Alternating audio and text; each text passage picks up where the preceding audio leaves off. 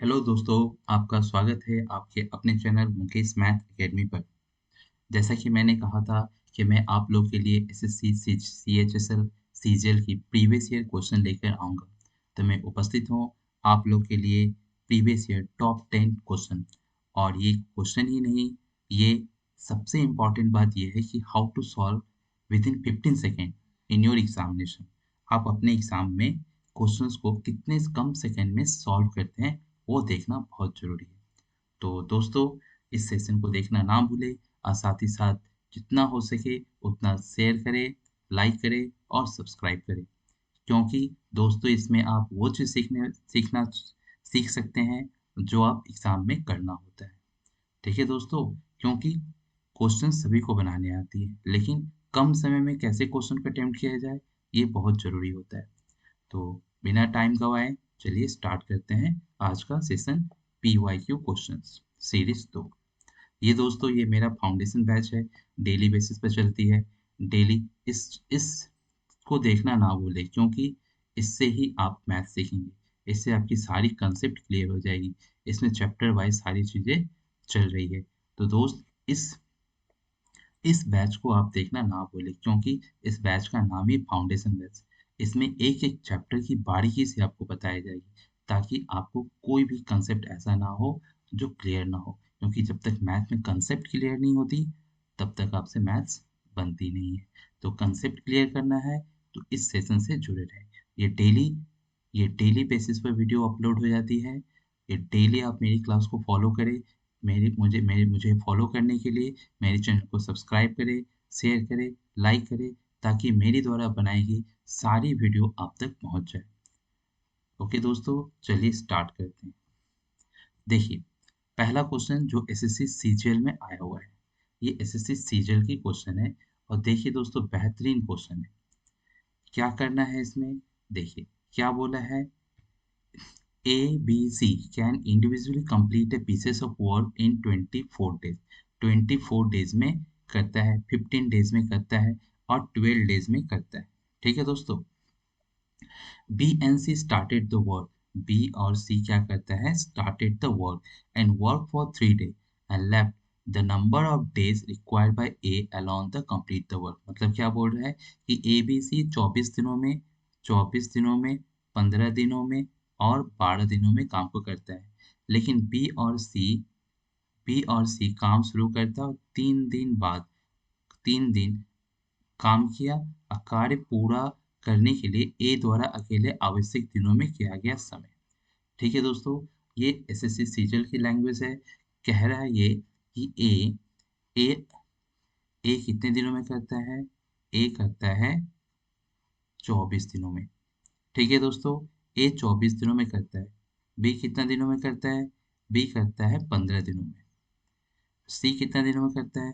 सी करता है 12 दिनों में। तो दोस्तों, हम लोग को पता है कि efficiency into time, efficiency into time क्या होता है? वर्क होता है। तो दोस्तों, इसके लिए क्या करते हैं? इनका एलसीएम निकालते हैं। इनका एलसीएम क्या होगा दोस्तों? 1 टू 0। अब ये क्या है? टाइम है। और ये जो यहाँ पर एलसीएम निकल के आती है, वो होता है टोटल वर्क। ठीक है? अब मुझे यहाँ पर क्या निकालनी है? इसकी एफिशिएंसी। तो 24 कितनी एफिशिएंसी से काम किया, मतलब उसकी कार्य क्षमता, तो इसकी एफिशिएंसी होगी 5। बी ने कितनी एफिशिएंसी से काम किया, तो इसकी एफिशिएंसी होगी 8। इससे डिवाइड करना है। अब सी की एफिशिएंसी कितनी होगी, तो इसकी एफिशिएंसी होगी 10।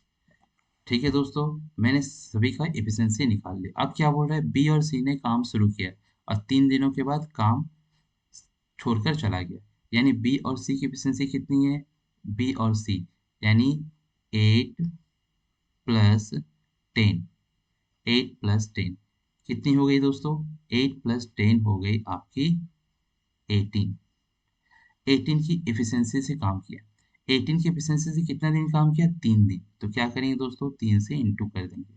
यानी इन्होंने काम किया 54। 54 काम कर लिया। तो लेफ्ट काम कितना है दोस्तों? इसमें से टोटल वर्क है, इसमें से 54 क्या करेंगे? माइनस कर देंगे। तो कितना बच गया दोस्तों? यहाँ पर बच गया आपका 6 और यहाँ बच गया आपका 11 में से 5 गया तो बच गया 6। ठीक है, 10 में से 4 गया, 11 में से 6। तो जो आपका बाकी काम है वो हो गया 66, यानी जो लेफ्ट वर्क है वो हो गया आपका 66। ठीक है, बाकी काम को कौन पूरा करता है? ए की एफिशिएंसी कितनी है? 5। बस इसे 5 से आप डिवाइड कर दें। जैसे ही 5 से डिवाइड करेंगे तो आपके पास आएगा 13 सच 5 अपॉन 1, 1 अपॉन 5। तो 1 अपॉन 5 मतलब क्या होता है? 1 अपॉन 5 का मतलब क्या होता है? 1 अपॉन 5 का मतलब होता है 13.20। ठीक है दोस्तों, 1 अपॉन 5 का मतलब होता है 13.20। उम्मीद करते हैं आपको ये चीजें समझ में आएगी। नेक्स्ट क्वेश्चन देखिए, ये बहुत ही अच्छी क्वेश्चन है और ये ज्योमेट्री की क्वेश्चन है। मेरे साथ जुड़े रहें, मैं आपको एक-एक चीज़ सिखाऊँगा।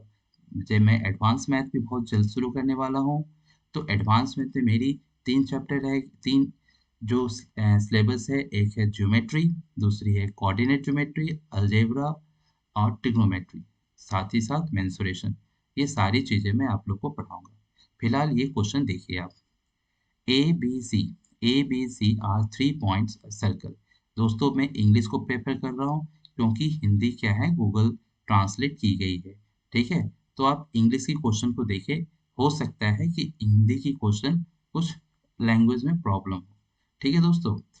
इंग्लिश के क्वेश्चन पर ज़्यादा ध्यान दें। ABC are 3 points on a circle such that angle subtended by subtended देखिए ये थ्योरम है, ठीक है? इसे इसे समझे। ये जो है ये आपका थ्योरम है, इसे आप समझे, ठीक है? ये बहुत ही इम्पोर्टेंट चीज़ है। बाय द कोड AB and AC at the centre at the at the centre at the centre are 110 degree 130 degree respectively. Find the value of angle. इसका मतलब समझे दोस्तों, एक मैं पहले सर्कल बना लूँगा, एक सर्कल बनाएँगे, सर्कल ले लेते हैं यहाँ से एक सर्कल ले लेते हैं। यहाँ से मैं एक सर्कल ले लिया, ठीक है दोस्तों? यहाँ से मैंने एक सर्कल ले लिया। अब यहाँ पर क्या है? यहाँ से ए और ए बी और क्या दे रखा है? ए सी। ए बी और ए सी दो मैंने ले लिया। ये है मेरा ए और ये है मेरा बी और ये है मेरा सी। अब क्या बोल रहा है? Such angle subtended by the chord A B and A C at the origin O, यानी यहाँ पर एक ओरिजिन है, ठीक है दोस्तों? ये मेरा ओरिजिन है। अब यहाँ से क्या हो रहा है? ये ओरिजिन पर ऐसे जा रही है। यहाँ से क्या हो रहा है? ये ओरिजिन पर ऐसे जा रही है। ठीक है? यहाँ पर क्या बन रहा है? एंगल बन रहा है। ठीक है दोस्तों? यहाँ पर क्या बन रहा है मेरा? एंगल बन रहा है। ठीक है? और यहाँ से जो एंगल बन रहा है, यहाँ पर ओरिजिन के पास जो एंगल बन रहा है, वो ये जो एंगल है, एक है 110 डिग्री, ये एंगल है 110 डिग्री और जो ये एंगल बन रहा है, वो एंगल है 130 डिग्री। तो आपको पता है ये सारे एंगल कितने होते हैं? 360 डिग्री। तो जो लेफ्ट एंगल है, जो बाकी एंगल है, उसे मैं निकाल लूँ। जो लेफ्ट एंगल है, उसे मैं निकाल लूँ। तो लेफ्ट एंगल कितने हो जाएँगे? 360 डिग्री में से मुझे क्या माइनस करना होगा? ये दोनों माइनस करना होगा, यानी दोनों को प्लस करना होगा तो 240 डिग्री। क्या देख रहा हूँ मैं यहाँ पे कितनी आ रही है? 120 डिग्री। यानी ये जो इधर की एंगल है, वो आ रही है 120 डिग्री। ठीक है दोस्तों? अब आपसे पूछा है फिर कोण बीएसी का मान कितना होगा? कोण बीएसी का मान कितना होता? आपने पढ़ा है ना कि केंद्र पर का कोण परिधि पर का कोण का क्या होता है? आधा होता है। तो उसी को बोलते हैं angle angle of the subtended arc is double two the origin of the centre. यानी केंद्र पर का कोण परिधि पर के कोण का दुगुना होता है, या दूसरी भाषा में बोले परिधि पर का कोण केंद्र पर के कोण का आधा होता है। समझ रहे दोस्तों? पहले यदि हम केंद्र बोलेंगे तो बोलेंगे केंद्र पर का कोण परिधि पर के कोण का क्या होता है? दुगुना होता है। और जब परिधि बोलेंगे तो परिधि पर का कोण केंद्र पर के कोण का क्या होता है? आधा होता है। तो आप देख रहे हैं कि यहाँ पर 120 डिग्री है तो एंगल एंगल बीएसी क्या हो जाएगा? एंगल बीएसी क्या हो जाएगा? एंगल बीओसी का क्या हो जाएगा? बी ओ सी का क्या हो जाएगा, हाफ हो जाएगा। तो बी ओ सी कितना है, 120 डिग्री अपॉन 2, तो ये एंगल हो जाएगा 60 डिग्री। ये बहुत ही इंपॉर्टेंट क्वेश्चन है दोस्तों। ठीक है, नेक्स्ट। यदि संख्या इतना 8 से पूरी तरह विभाज्य हो तो x पर सबसे छोटा पूर्णांक क्या होगा? If the number 1005x is completely divisible by 8, 8 से डिविजिबल होने के लिए क्या होता है दोस्तों? 8 से डिविजिबल होने के लिए क्या करते हैं? 8 से डिविजिबल होने के लिए लास्ट 3 डिजिट, लास्ट के जो 3 डिजिट होते हैं, last 3 digit, last 3 digit, last 3 digit क्या होते हैं? डिवाइड बाय 8, है ना? तो आप यहाँ पर देखो, आपकी आ रही है 5 और x की जगह क्या डालोगे? x की जगह मैंने 1 डाला, 4 डाला, क्या डिवाइड 8 होगी क्या? नहीं। मैंने फिर 5 की जगह क्या डाला? सबसे छोटा बोला है, सबसे छोटा। 5, 5 को 2 डालो, 2 और फिर 4, और ये क्या? डिवाइड करके देखो, 8 6 48 और 4 और 4 नहीं होगी, तो ये भी नहीं होगा। तो क्या डालना होगा दोस्तों? आपको 5 4 4, तो ये डिविजिबल हो जाएगी 8 से। कितनी होगी? 8 6 और 8 8 जा। ठीक है, तो इसका आंसर क्या हो जाएगा? 4। जीरो डालने से आ रही थी क्या? जीरो डालने से आ रही थी क्या? सबसे छोटा बोला, हाँ, जीरो डालने से भी आ रही है, तब ये नहीं होगा। जीरो डालने से भी यहाँ पर आ रही, देखो यही समझना है, सबसे छोटा पूर्णांक। तो क्या करना होगा आपको? यहाँ पर x का वैल्यू क्या हो जाएगा? यहाँ पर x का वैल्यू हो जाएगा 504। ओके दोस्तों, 8 से डिवाइड करो तो क्या आ जाएगा आपका? यहाँ पर 8 से डिवाइड करो तो क्या हो जाएगा? ये आपका हो जाएगा यहाँ पर 5 8 6 और 8 3, यानी ये आंसर नहीं होके क्या होगा? ये आंसर नहीं होके क्या होगा? 0। क्यों? क्योंकि सबसे छोटा बोला है। ठीक है दोस्तों, सबसे छोटा बोला है, इसलिए मुझे यहाँ पर 0 लेना होगा। तो x का वैल्यू कितना हो गया? x का वैल्यू हो गया मेरा 0। ठीक है, नेक्स्ट क्वेश्चन। अब ये देखो, इस तरह के क्वेश्चन जब भी देना, तो क्या करना? सबसे पहले क्या करना कि प्लस, प्लस को क्या दे रखी है? प्लस को दे के रखा है, प्लस को दे के रखा है, यहाँ पर लिख लेना। प्लस क्या है? प्लस है माइनस, माइनस क्या दे के रखा है? माइनस मीन्स प्लस, पहले ये लिख लेना। तो कभी भी गलत होने के समय इनटू मीन्स क्या है? प्लस, और डिवाइड मीन्स क्या है? Divide means, and divide, into means plus, and divide means into, and divide means क्या है? into, divide means क्या है? into। ठीक है दोस्तों, तो ये काम आप पहले कर लेना, ये काम आप पहले कर लोगे तो कभी भी गलती नहीं होगी। into means divide, सॉरी यहाँ पर into means divide होगा। ठीक है, यहाँ पर into means क्या होगा? divide होगा। यहाँ पर into means divide होगा। ठीक है, यहाँ पर into means divide होगा। ठीक, ये गलत है, यहाँ पर इंटू मीन्स डिवाइड होगा। ठीक है दोस्तों, यहाँ इंटू मीन्स डिवाइड होगा। ठीक है, इंटू मीन्स डिवाइड, ये ठीक करते हैं। अब देखो यहाँ पर, अब इसको लिखो, 42 माइनस है ना, तो यहाँ प्लस डालो, 12 इंटू है ना, इंटू है तो क्या डालना है इसे? इंटू है तो डिवाइड डालना है, इंटू है तो डिवाइड डालना है, डिवाइड है तो क्या डालना है दोस्तों? इंटू डालना है, प्लस है तो क्या डालना है दोस्तों? -15 डालना है। ठीक है, -15 डालना है। उसके बाद यहाँ पर क्या होगा? 8 डिवाइड 2 प्लस 4 माइनस 9, डिवाइड है क्या? इंटू 3। अब सॉल्व कर दो इसे। देखो यहाँ पर क्या हो? डिवाइड होगा 42 प्लस 4 इंटू 2 माइनस 15। यहाँ क्या होने वाला है? यहाँ क्या होगा? 4 प्लस 4 माइनस 27। अब क्या होगा? यहाँ हो जाएगा 42 और यहाँ हो जाएगा 8, यहाँ हो जाएगा 5, यहाँ हो जाएगा आपका 8 माइनस 27। क्या होने वाला है? होने वाला है सर 15 15/-19। तो कौन सा ऑप्शन देख रहे हैं, ये ऑप्शन। ठीक है दोस्तों, नेक्स्ट क्वेश्चन। ये क्वेश्चन भी बहुत अच्छा है, इसमें कुछ नहीं करना, आपको सेटिस्फाई करना है इसमें। x का वैल्यू क्या होगा, x का वैल्यू 9 होगा, तो y का वैल्यू क्या होगा, 5 होगा।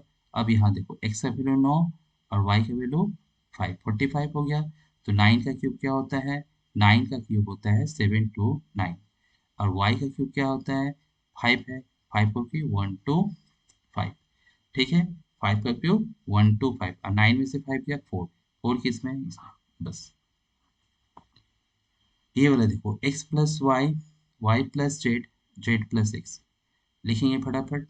यहाँ पर ये तीनों को क्या करेंगे, ऐड करेंगे। जब ये तीनों को ऐड करेंगे, इसको इससे ऐड करेंगे, इसको इससे ऐड करेंगे, तो क्या हो जाएगा, 2x plus y plus z equal to क्या हो जाएगा, 17 और 3 हो गया आपका 20, और 30, 30 और 28, कितना हो गया टोटल, हो गया 30 और 38, 38 हो गया। तीनों को ऐड करके क्या किया हुआ, 38 हो गया। ठीक है, अब x plus y plus z equal to हो गया 90। तो x प्लस वाई 8 है, ठीक है, या जेड प्लस एक्स 17 है, तो जेड प्लस एक्स 17 है, तो y की वैल्यू कितना हो गई, y का वैल्यू हो गया 2। ठीक है, जब y की वैल्यू 2 हो गई, तो x की वैल्यू कितनी हो जाएगी, 6। जब x की वैल्यू 6 हो गई, तो y की 2 हो गई, तो z की कितनी हो जाएगी, z की कितनी देख रहा हूँ मैं, x का 6 है, तो z का कितना हो जाएगा 11, z का हो जाएगा 11। आपसे क्या पूछा है दोस्तों, x square y z, x square मतलब 36, वाई जेड मतलब वाई जेड यानी 22। क्या हो जाएगा दोस्तों यहाँ पर, 18/11, ऑप्शन नंबर 4। ठीक है, चलो, ये भी बहुत बेहतरीन सवाल है, ये भी बहुत बेहतरीन सवाल है। दोनों को क्या करना है आपको, दोनों को स्क्वायर करके आपको ऐड करना है। दोस्तों यहाँ पर x इक्वल टू होगी, यहाँ पर x इक्वल टू होगी, ठीक है, x इक्वल टू ये और y इक्वल टू ये। तो क्या करना है, दोनों को मुझे निकालना है, x square plus y square equal to क्या हो जाएगी दोस्तों, यहाँ पर यदि इसका और इसका स्क्वायर करेंगे, तो यहाँ हो जाएगा मेरा 16 कॉस स्क्वायर ए प्लस ए प्लस बी का होल स्क्वायर हो रही है 25 साइन स्क्वायर ए, और यहाँ क्या हो जाएगी, प्लस 4 5 से 20 और 2ab, 2ab होगी तो 2ab, यानी 4 5 से 20, 20 2 जा 40, यानी 40 साइन ए और cos A.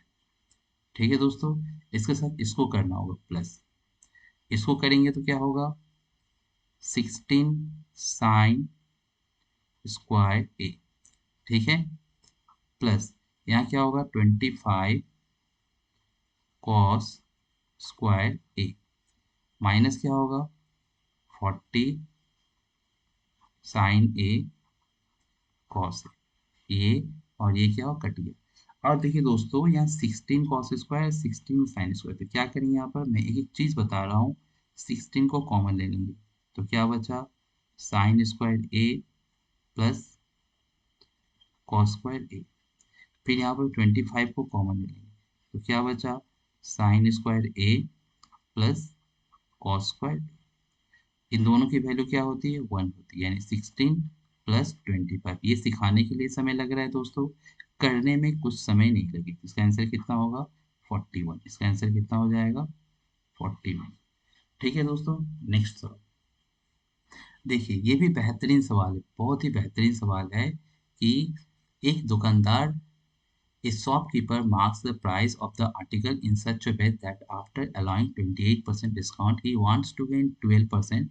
In mark the price rupees 224, then cost price the article। मतलब एक दुकानदार ले की कीमत को इस तरह चिन्हित करता है कि 28% छूट की अनुमति देने के बाद भी 12% का लाभ होता है। दोस्तों, छूट किस पर होती है, छूट होती है आपको हमेशा मार्क प्राइस पर। ठीक है, तो मार्क प्राइस यदि आप मान लेते हो x, मार्क प्राइस यदि आप मान लेते हो, आपको 28% की छूट मिली, ठीक है, आपको 28% की छूट मिली, तो 28% की छूट मिलने के बाद वो आपका क्या हो जाता है, 28% की छूट मिलने के बाद वो आपका एसपी हो जाता है। क्या हो जाता है दोस्तों? Selling price. तो देखो यहाँ पर यदि चिन्हित मूल्य मतलब क्या है? मार्क प्राइस कितनी? इतनी है। तो मार्क प्राइस में यदि मैं मार्क प्राइस में डिस्काउंट दे दूँ, तो क्या हो जाएगा? एसपी हो जाएगा ना? तो इसी तरह से मैं क्या कर रहा हूँ यहाँ पर 224 और 100% का है, मान लो 28% डिस्काउंट हो गया, कितना हो गया? 72 अपॉन 100 और मैंने यहाँ पर लागत मूल्य यानी एक्स मान लिया और यहाँ कितने प्रॉफिट हो रही है? 12%, यानी मैंने कर लिया 112। ये से दोस्तों जल्दी हो जाएगी। 112 दूनी कितनी हो गई? 224। तो एक्स का वैल्यू क्या आ गया? एक्स का वैल्यू आ गया आपका 114। ठीक है दोस्तों, तो इसी के साथ ये सेशन शेष हो गया। मैं ज़्यादा क्वेश्चन नहीं, 10 क्वेश्चन लाऊंगा प्रीवियस ईयर और डेली मैं आप लोग को क्लासेस कराऊंगा। और मैं ये सिखाना चाहूँगा इस छोटी सी सेशन में कि क्वेश्चन को कितने कम सेकंड में सॉल्व किए जाते हैं। ये बहुत ही ज़रूरी है। मैथ आना ज़रूरी नहीं है दोस्तों, मैथ आना ज़रूरी नहीं, मैथ को कितने कम सेकंड में कर रहे हैं, क्योंकि आपको पता है कि आपको मैथ्स करने के लिए मुश्किल से 20 मिनट की समय मिलती होगी। 20 मिनट का समय 20 मिनट का समय मिलता होगा। 20 मिनट या बहुत सारे ऐसे छात्र-छात्राएँ हैं, जिनको तो समय भी नहीं मिलता, मैथ देख भी नहीं पाते हैं। तो दोस्तों मैं इसलिए बोलना चाह रहा हूँ कि आप मेरी सेशन को ज़रूर देखें। कैसे आप 15 सेकंड में, कैसे आप 30 सेकंड में, मैं तो यहाँ बता रहा हूँ इसलिए मतलब यदि मैं सॉल्व करूँ स्पीड में तो बहुत ही जल्दी सॉल्व कर सकता हूँ। मैं आपको बस बताना चाह रहा हूँ, एक कांसेप्ट दिखाना चाह रहा हूँ कि किस तरह से ये होती है। ठीक है दोस्तों, तो इसी के साथ विदा लेते हैं। Thank you.